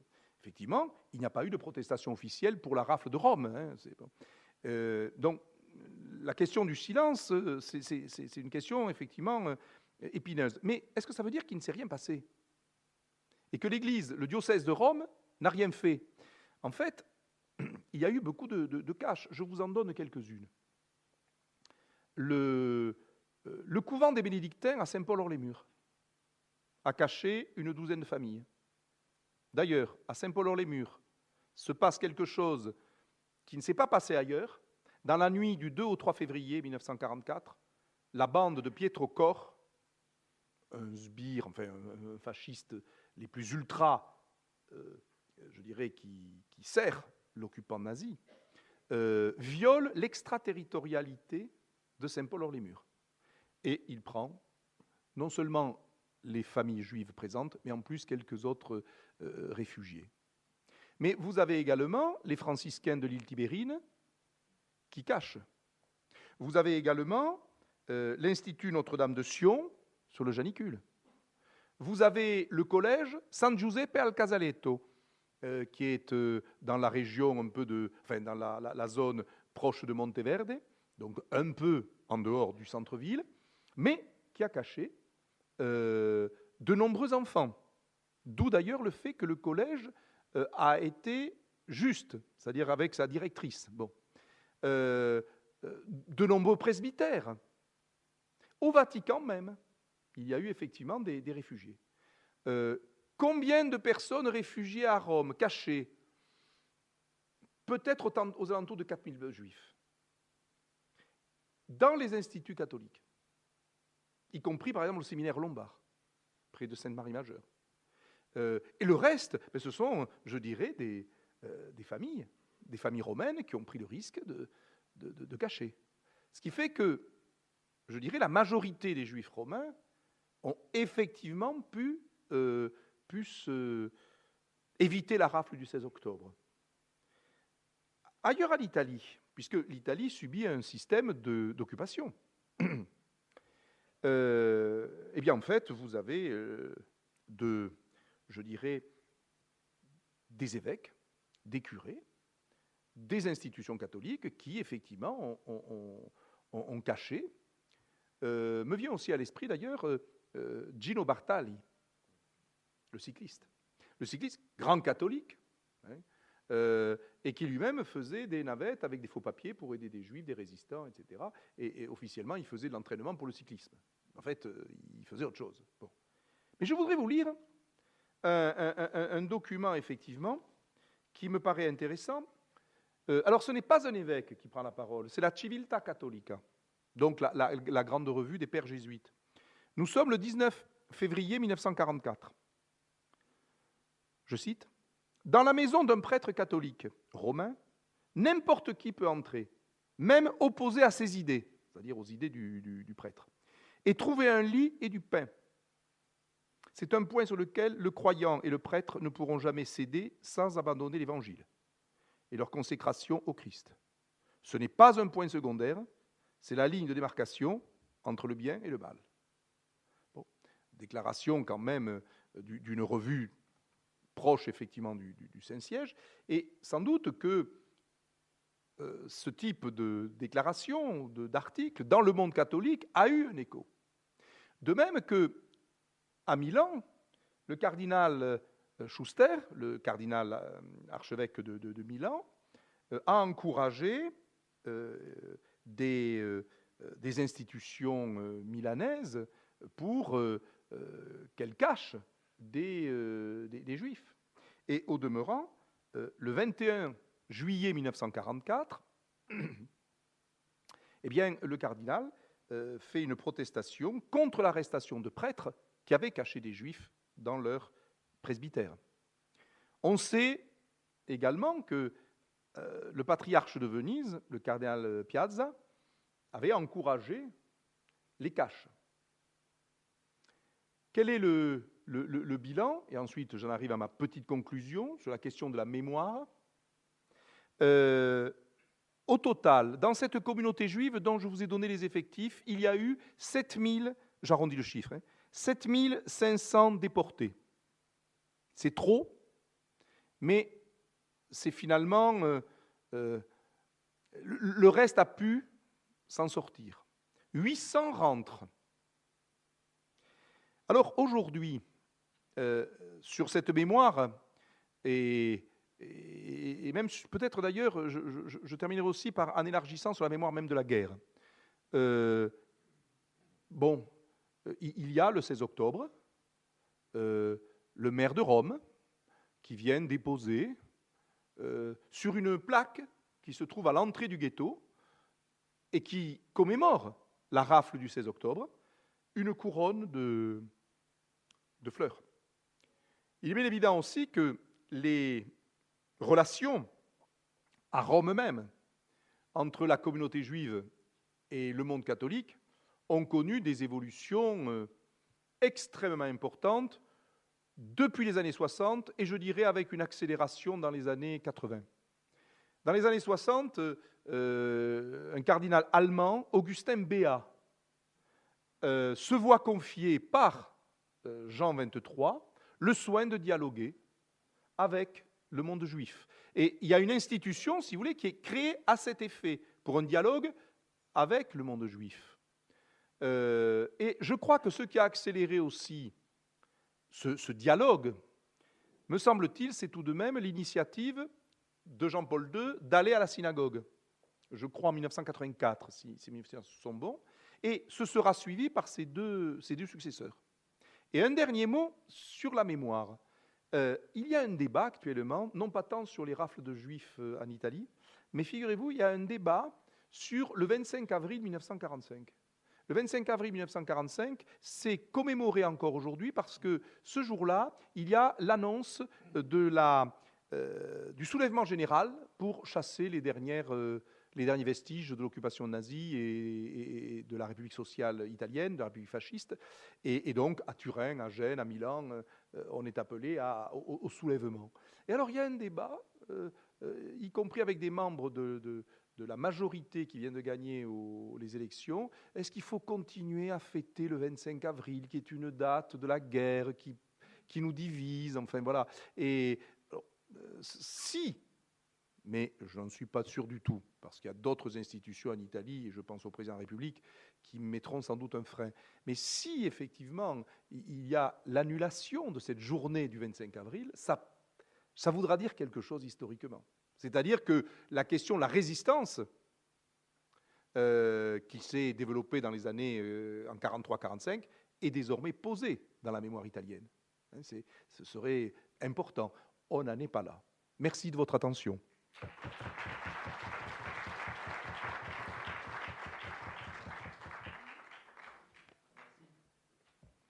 Merci Philippe, on est décidément content que vous ayez pu nous rejoindre. C'était évidemment absolument passionnant. Vous ne m'en voudrez pas, j'espère, d'avoir du coup laissé filer la montre et qu'on ait un petit peu dépassé l'horaire. Alors, les trois interventions soulèvent une foule de questions et de remarques. En théorie, on a passé l'heure pour les questions et ça ne dépend pas de moi, ça dépend si on accorde 10 minutes ou pas 10 minutes. Voilà. Mais je voudrais vraiment déjà vous remercier vraiment beaucoup parce que c'était des interventions extrêmement passionnantes. On s'accorde, oui, vous accordez combien? Quelques questions, si on peut, il faut quitter la salle vers 20h de toute façon, voilà. Donc on a encore un peu de temps, on va circuler de part et d'autre. Pendant que le micro circule, voilà, pendant que le micro circule, je me permets une petite remarque pour les étudiants qui sont dans la salle. Je crois que vous pouvez être fiers d'être étudiant à l'Institut catholique de Toulouse. Vous avez vu tout au long de la journée, vous n'avez pas forcément assisté à toutes mais vous avez entendu au moins la table ronde de ce soir. Il s'est passé ici des choses vraiment extraordinaires. Et si vous projetez de faire des études et des mémoires de recherche, il y a beaucoup de choses à creuser autour de la résistance catholique à Toulouse. Voilà. Le micro est arrivé. Je me réjouis d'avoir entendu Jacques Semelin et évoquer le nom de Pierre Laborie à plusieurs reprises, effectivement. Je crois qu'il y a un point sur lequel Pierre Laborie insistait beaucoup et qui vient compléter ce qu'a dit Jacques Semelin, c'est le fait que ces lettres de l'été 1942 participent en tout cas à un revirement de l'opinion qu'il avait étudié, lui, on le sait, de façon diachronique à travers toute la guerre, qui est relevé dès l'automne par les autorités de Vichy, qui s'appuient en particulier sur cette source du contrôle des correspondances. Donc l'effet n'est pas seulement un effet, comme vous l'avez dit, sur un ralentissement des déportations de Juifs de la part du gouvernement, mais en profondeur un effet sur l'opinion de la population française qui, dans sa majorité, avait été maréchaliste et qui commence à douter avant de se détacher complètement, effectivement, du régime de Vichy. Je peux répondre très, très rapidement parce que c'est pressé par le temps. Merci, monsieur.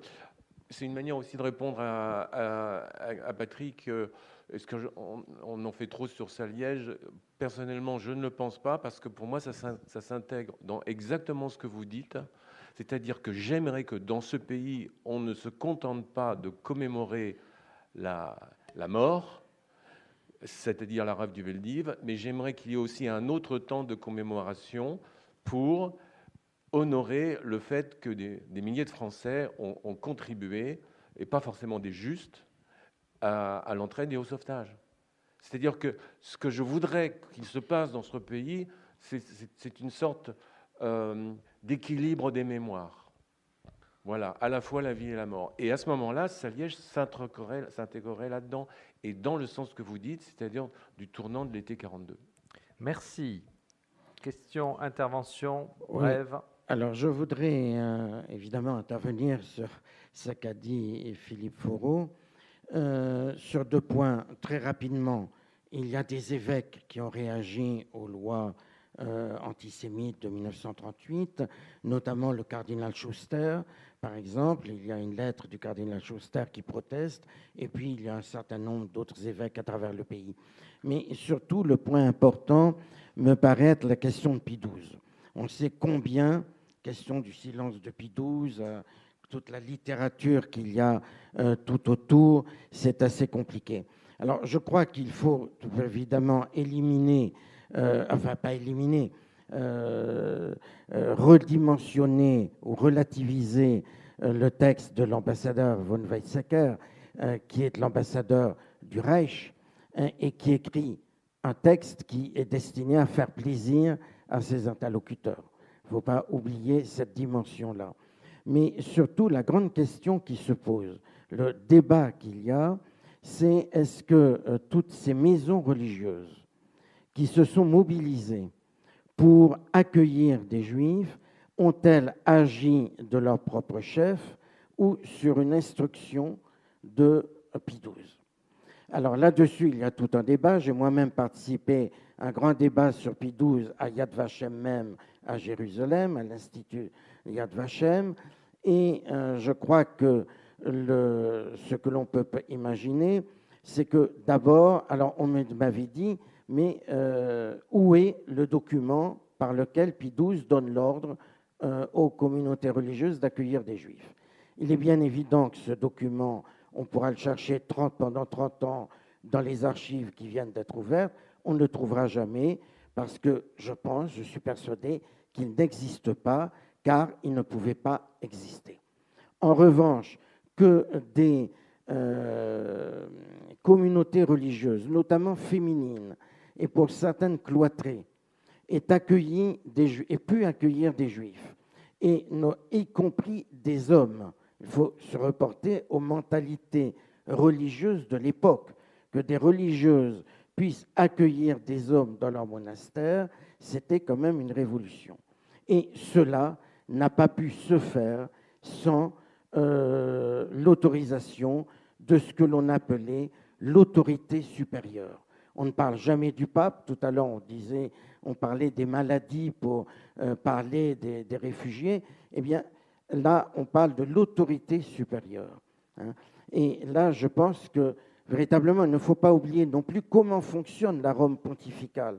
Surtout à ce moment-là, la Rome pontificale, elle est italienne. Elle est même du Latium. Toutes les autorités de Rome sont originaires du Latium, à part quelques personnages comme le cardinal Tisserand, qui vient d'être déclaré juste parmi les nations d'ailleurs, mais généralement, pratiquement tous les prélats sont du même coin. Ils ont tous fréquenté les mêmes séminaires. Ils se connaissent parfaitement. Donc, lorsqu'il y a une indication qui est donnée par le pape, on n'a pas besoin de faire de grands discours, on a besoin simplement de faire savoir discrètement qu'on a la possibilité de faire ceci ou cela. Voilà, je crois que c'est une notion qui est compliquée pour les historiens. Lorsqu'un historien n'a pas les documents, évidemment, ce serait formidable d'avoir les documents. On ne les a pas, mais on a une manière de faire et on sait comment fonctionne. En tout cas, certains le savent. Malheureusement, il y a des historiens qui ne le savent pas. Je pense par exemple à Madame Zuccotti, historienne américaine, qui a écrit un livre Sous les fenêtres du pape, en français, un titre français, Sous les fenêtres du pape, qui tire à boulet rouge sur Pie XII, mais elle ne connaît absolument pas Rome, elle ne connaît pas le fonctionnement du Vatican. On peut peut-être préciser que la Civiltà Catholica, c'est un organe qui est relu par la secrétaire. Les articles sont relus par la secrétairerie d'État. Rien ne paraît dans la Civiltà Catholica sans l'accord de la secrétaire d'État. Bon, mais c'est ce que j'allais dire. Je dirais l'article de la Civiltà Catholica est sans doute vu en haut lieu, comme on dit. Mais non, je me suis mal exprimé à propos de Schuster. C'est pas l'équivalent quand même de Saliège. Je ne crois pas qu'il le fasse lire par ses prêtres dans le diocèse, la lettre. Schuster, protestant contre les lois raciales, c'est pas lu par les prêtres en chair. C'est ce que je voulais dire. C'est-à-dire qu'il n'y a pas l'équivalent, si vous voulez, de la protestation de Saliège, où il demande au curé, et je crois même que ceux qui ont hésité, parce qu'ils avaient peut-être peur, ils le refont le dimanche suivant. C'est-à-dire que, voilà, c'est ce que je voulais dire. Il n'y a pas l'équivalent, voilà, de ce point de vue-là. Le micro est... Oui, dernière intervention. Ça sera la dernière intervention, voilà. Bon, alors je vais essayer de me restreindre, bien que j'aurais eu plusieurs questions après ces passionnants échanges. Peut-être que pour la compréhension de l'ensemble, il faut quand même dire qu'il reste des controverses, au bon sens du terme, entre les historiens sur les différents taux de survie des Juifs dans les différents pays d'Europe, et que le dernier mot de cette histoire n'est pas écrit. Il y a plein de chercheurs qui sont encore en train de publier en comparant, et que dans l'héritage de Paxton, il y en a beaucoup qui considèrent que la survie des Juifs n'est pas simplement liée à des questions de sauvetage, et qu'il est peut-être aussi difficile d'inférer de la prise de position d'un certain nombre d'élites intellectuelles ou ecclésiales, que ce soit dans le monde catholique ou dans le monde protestant, l'ensemble de l'opinion des catholiques. Donc juste à titre de petite information, en Savoie, qui fait partie de ce qu'on appelle les terres de chrétienté, parce que toute la France n'est pas catholique, on ne peut pas dire que la France est catholique à 90% dans l'entre-deux-guerres, même si elle a un taux de baptisés important. En regardant les contrôles techniques, donc dans ce département où la pratique religieuse est très importante, et en quantifiant les choses, on se rend compte que si, comme l'a montré Pierre Laborie, l'antisémitisme reflue très largement après les rafles de l'été 42, eh bien cet antisémitisme remonte, c'est-à-dire que chaque fois qu'il est question des Juifs dans la correspondance, les notations deviennent négatives à partir de 1943. Voilà, c'était juste pour dire que cette histoire, elle est quand même en cours d'écriture, et que la question du taux de survie des Juifs en lien avec le sauvetage c'est un processus qui n'est pas complètement terminé en termes d'écriture. Si je peux, c'est Corinne Bolafo qui est... Voilà, c'est ça. Juste un mot, c'est ce que j'ai fait depuis 10 ans, Corinne.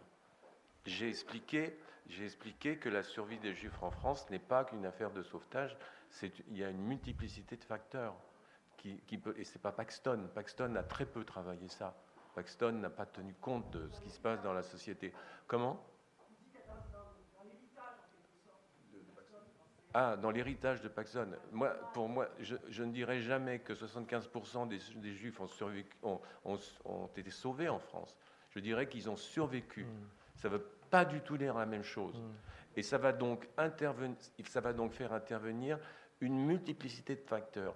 Et si vous lisez mon livre, La survie des Juifs au CNRS, je commence par une carte de géographie. La France, elle n'est pas divisée en 2 zones, comme Paxton le dit. Il y en a 6. Les Français ne le savent pas. Bon, je ne vais pas faire un cours maintenant là-dessus, mais c'est quand même hallucinant. Or cette division du territoire entre le Nord-Pas-de-Calais, par exemple, qui est rattaché à Bruxelles, donc à l'armée allemande, et Toulouse, ici, ça n'a rien à voir. Donc, dès le départ, dès 1940, la destinée de ces Juifs dépend du territoire où ils se trouvent. Oui, alors, voilà. Le débat est évidemment passionnant. Comme je n'ai pas eu l'autorisation de le prolonger jusqu'à 23h30, je suis obligé de le conclure. Je voudrais remercier d'abord nos 3 intervenants. C'était vraiment extrêmement intéressant. Et c'est pour ça que j'ai laissé filer la montre aussi, parce que je pensais que ça valait le coup. Mais je voudrais aussi remercier Enguerrand Serrurier et Maurice Lugassi. Je ne suis pas mandaté pour le faire, mais je le fais en votre nom, parce que c'était une journée passionnante. Voilà.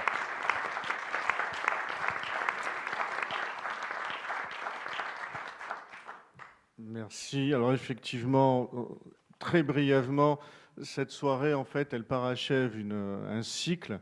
Et à la fois, elle parachève un cycle et elle ouvre sur autre chose. Ce cycle a commencé, ça fait 1 an que nous travaillons dessus, et il a commencé dimanche avec cette très belle cérémonie devant la cathédrale, avec Arnaud Franc, avec Capucine, avec Marie et toute une équipe, et l'archevêché.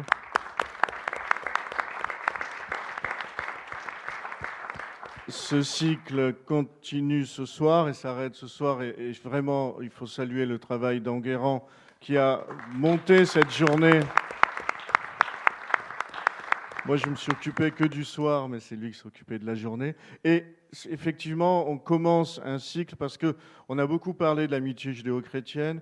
Et il est vrai que cette amitié judéo-chrétienne à Toulouse, par un phénomène démographique que nous connaissons, a tendance à s'arrêter, en tout cas à ralentir. Mais là, avec ce que nous vivons, avec ce que nous avons évoqué, cela va donner effectivement, encore une fois, il y avait un tournant 42, il y aura un tournant 2022. Voilà. Et merci à tous d'avoir été là. Bonne soirée.